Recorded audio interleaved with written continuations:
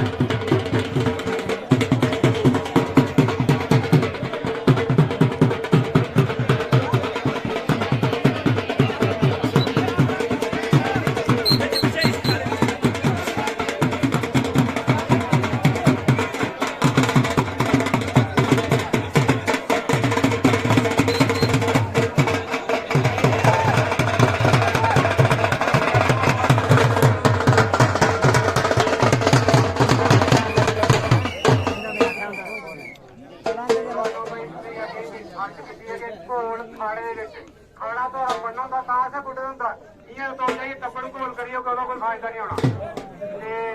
एक खुशखबरी हो रहा है, आज सांकरी दरबार दंगल होती है, बड़ा नजारा आता है, लेकिन छिंजे थोड़ी छिंज भी होंगी है, सारे लोग खुश नहीं होंगे। कोरोना के बाद सारा जो दरबार सजदा है, कल भी इतना मेला होना है, परसों का संपन्न होना है। शुक्रवार पंचारी दंगल जी होनी है, वो दंगल कमेटी के प्रधान जो एक निमंत्रण देंगे हैं, खासकर मनकोटिया साहब की साढ़े जो मुख्य अतिथि ने स्वर्ण सिंह हो कि भाई आज तुम उधमपुर को नहीं पहुंचे मेरे की वजह करना है, लेकिन आज तुम सादा देने कि तुम दंगल देखने की जरूर आना है। जोरदार तालियां।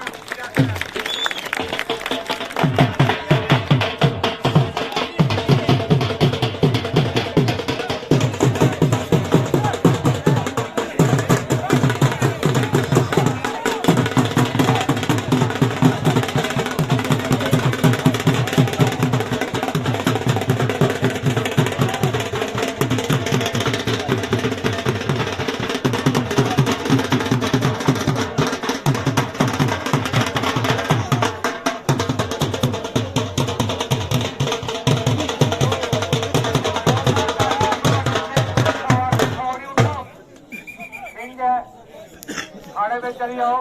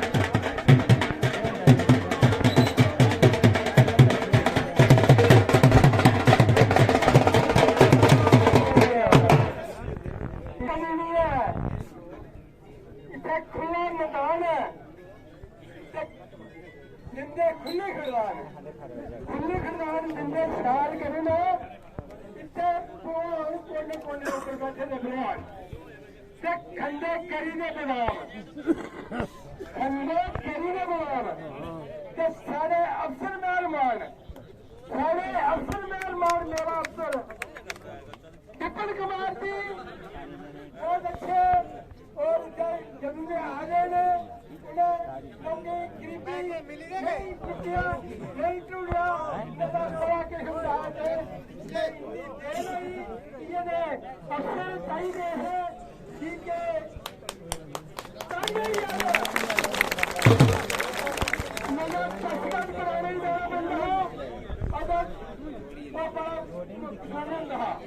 इस वास्ते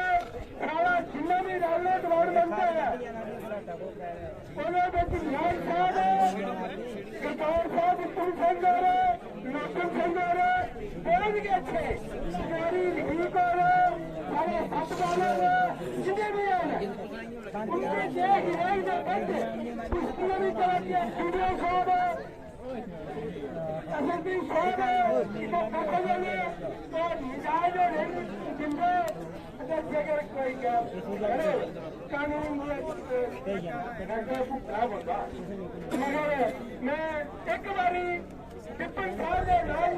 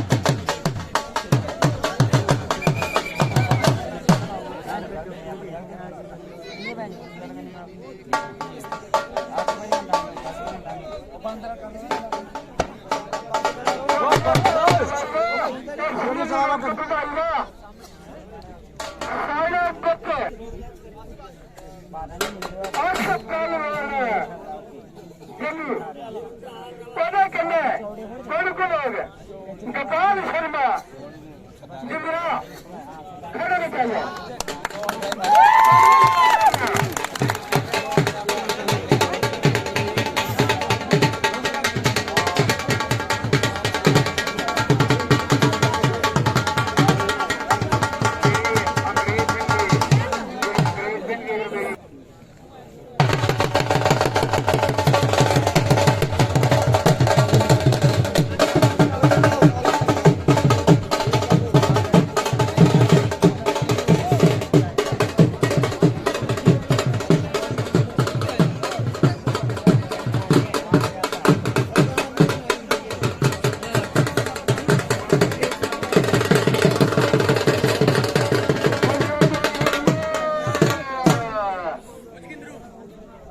मौसम कैसा बरखा भी आई देखो तुम मौके बाबा संकरी की शान एक बारी दो बारी बल्कि भारत माता की भारत माता की बाबा संकरी की बाबा संकरी की बाबा संकरी की कृष्ण भगवान की कृष्ण भगवान की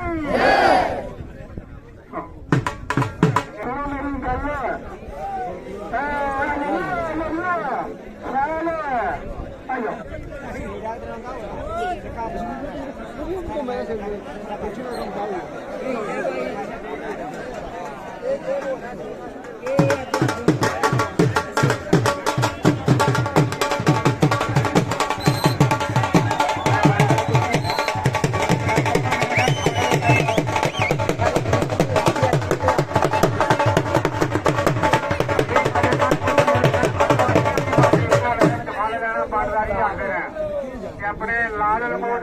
काले लमोट लाज रखियो ते कोल खाने में बिच करियो हाँ जी चाहिए